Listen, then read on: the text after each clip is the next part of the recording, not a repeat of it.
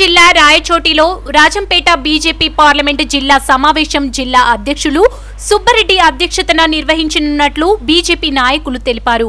ఈ పుంగనూరు, రాజంపేట, రాయచోటి, రైల్వే కోడూరు, తంబళ్లపల్లె, పీలేరు, మదనపల్లి నియోజకవర్గాల నుండి భారీ సంఖ్యలో బీజేపీ నాయకులు, సీనియర్ నాయకులు, కార్యకర్తలు, అభిమానులు ఈ కార్యక్రమానికి తరలివచ్చారు. ఈ కార్యక్రమంలో బాలాజీ, వెంకటేష్, రాజశేఖర్, రమణ, భారతీయ జనతా పార్టీ నాయకులు, కార్యకర్తలు, అభిమానులు పాల్గొన్నారు.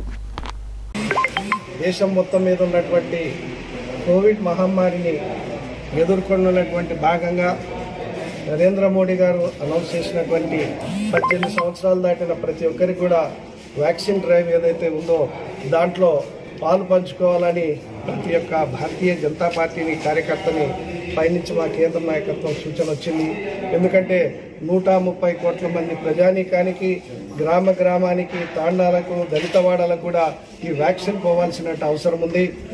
సో ఈ యొక్క పరిస్థితులకు అనుగుణంగా భారతీయ జనతా పార్టీ కార్యకర్తలందరూ కూడా గ్రామీణ ప్రాంతంలో అవగాహన సదస్సులు పెట్టడం, ఆ అవగాహన సదస్సులో వాళ్ళకు ఉన్నటువంటి ముఖ్యంగా కోవిడ్ మీద ఉన్నటువంటి అవగాహన, తర్వాత దానికి సంబంధించినటువంటి నిబంధనలతో పాటు ఈ వ్యాక్సిన్ మీద ఉన్నటువంటి అనుమానాలను కూడా నివృత్తి చేస్తూ వారందరికీ కూడా వ్యాక్సిన్ వేయించే దిశగా భారతీయ జనతా పార్టీ ఒక డ్రైవ్ కార్యక్రమం చేపడుతుంది.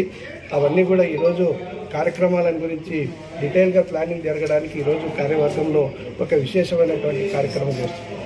ముఖ్యంగా మనందరికీ తెలుసు, రాయలసీమ ప్రాంతము రాష్ట్ర విభజన తర్వాత దగాపడ్డ రాయలసీమని ఈరోజు భారతీయ జనతా పార్టీ ఒక విశేషమైనటువంటి కార్యక్రమాన్ని చేపట్టింది.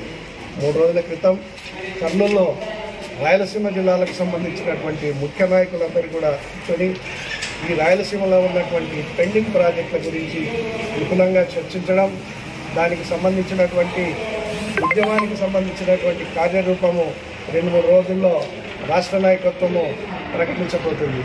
ముఖ్యంగా జగన్మోహన్ రెడ్డి గారు రాష్ట్రానికి నాయకత్వం చేపట్టిన తర్వాత ఈ ప్రాంతంలో ఉన్న వేల కోట్ల రూపాయలు దానికి ఎస్టిమేషన్ చేసి ఈరోజు ఆ 35,000 కోట్లు ఎక్కడి నుంచి వస్తాయో తెలియదు.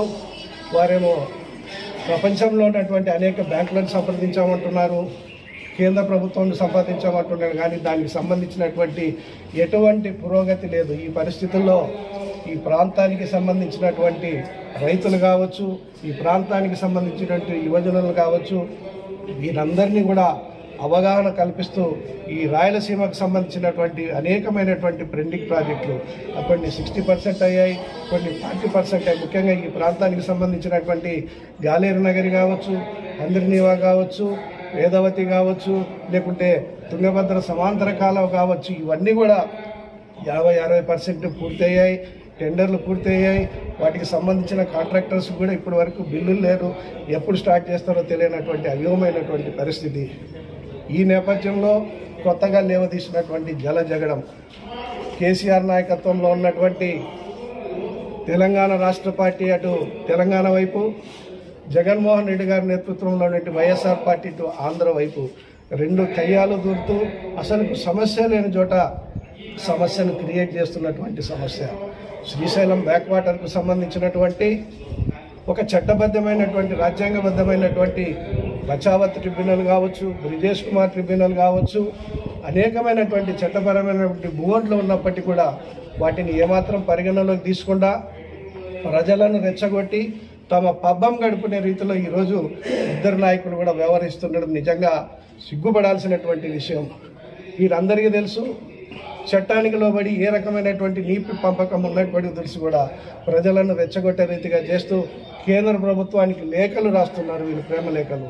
కాబట్టి వీటన్నిటి విషయం కూడా రాయలసీమలో సంబంధించినటువంటి ఈ యొక్క మా యొక్క సదస్సులో దాంట్లో మెంబర్ ఆఫ్ పార్లమెంట్లు, ఎమ్మెల్సీలు, ఎక్స్ఎమ్మెల్యేలు, ఈ యొక్క 4 జిల్లాలకు సంబంధించినటువంటి నాయకులందరూ కూడా విశదంగా చర్చించడం జరిగింది. ఇవన్నీ కూడా కేంద్ర నాయకత్వం దృష్టిలోకి తీసుకెళ్లడమే కాకుండా ఈ యొక్క ప్రాజెక్టులను సాధన దిశగా భారతీయ జనతా పార్టీ అతి త్వరలో ఒక ఉద్యమ కార్యాచరణని ప్రకటిస్తున్నాను. ముఖ్యంగా రాష్ట్రం విభజన తర్వాత కొన్ని చరిత్రాత్మకమైనటువంటి కారణాల కారణంగా భారతీయ జనతా పార్టీ ఈరోజు ఇక్కడ ఉన్నటువంటిది.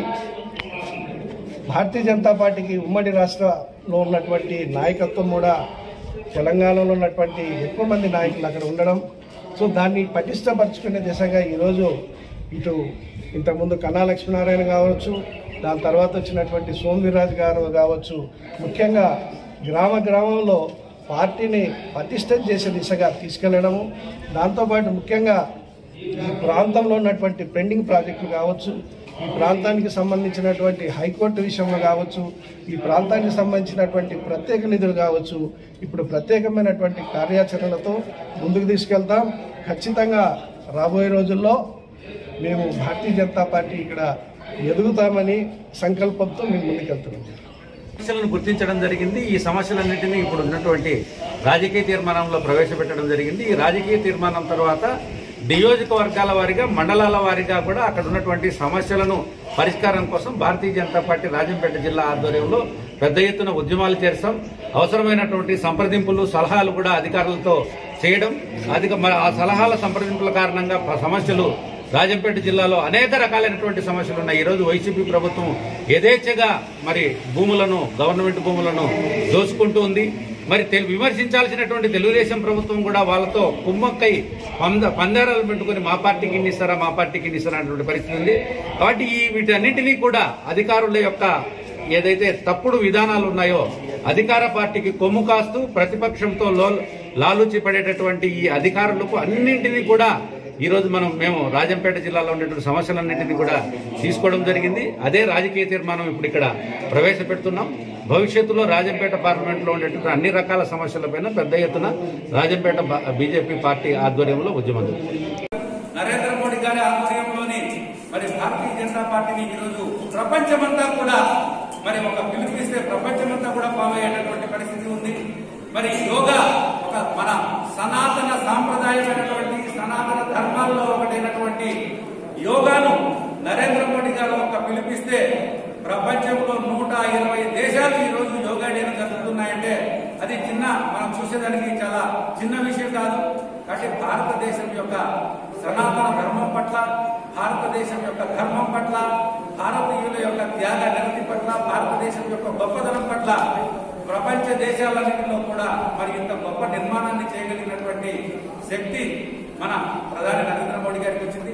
అదేవిధంగా కరోనా సమయంలో ఈ ప్రతిపక్షాలు అనేక రకాలైనటువంటి విమర్శలను అందరికీ చేస్తున్నాయి. అక్కడ మరణాలు జరిగాయి, ఇక్కడ మరణాలు జరిగినాయి. అమెరికాలో పోల్చుకుంటే భారతదేశంలో ఎన్ని మరణాలు ఉన్నాయి. మరి ప్రతి 1000కి అన్ని విధాల అగ్రరాజ్యం, అన్ని విధాల అభివృద్ధి చెందినటువంటి రాజ్యం, వైద్యపరంగా ఎంతో ఉన్నత శిఖరాలకు ఎదిగినటువంటి అమెరికాలో కంటే భారతదేశంలో మరణాల సంఖ్య 1/10 ఉంది.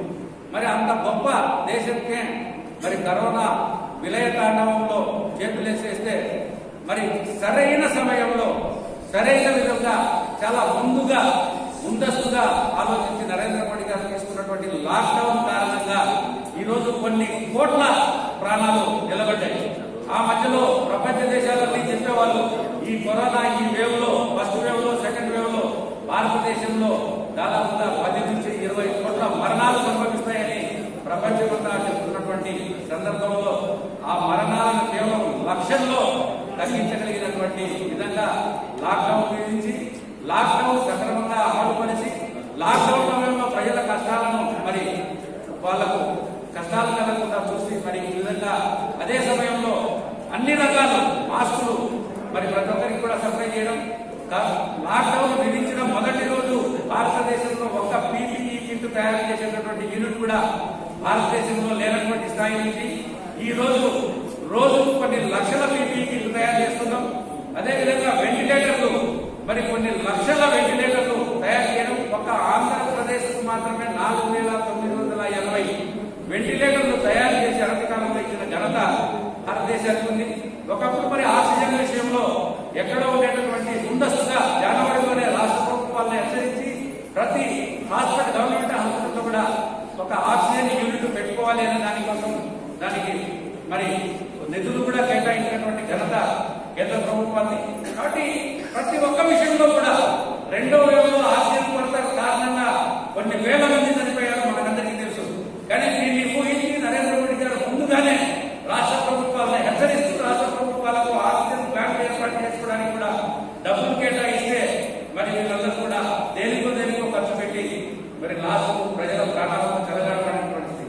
విధంగా చెప్పుకుంటూ పోతే భారతీయ జనతా పార్టీ చేసినటువంటి కార్యక్రమాలు, భారతీయ జనతా పార్టీ చేపట్టినటువంటి జనరంజకమైనటువంటి కార్యక్రమాలు ఈ సమాజం కోసం, ఈ ధర్మం కోసం, ఈ దేశం కోసం, ఈ సమాజంలో ఉన్నటువంటి ప్రజల అభ్యున్నతి కోసం, ఈ దేశ ప్రగతి కోసం, ఈ దేశ రక్షణ కోసం ప్రపంచ దేశాల్లో భారతదేశాన్ని ఒక విశ్వగురువుగా నిలబెట్టడం కోసం భారతీయ జనతా పార్టీ నరేంద్ర మోడీ గారు చేసినటువంటి మరి సేవలను మనం చెప్పుకుంటూ పోతే ఒక రోజు కాదు, 2 రోజులు లేదా కూడా మనం చెప్తూనే పోవచ్చు.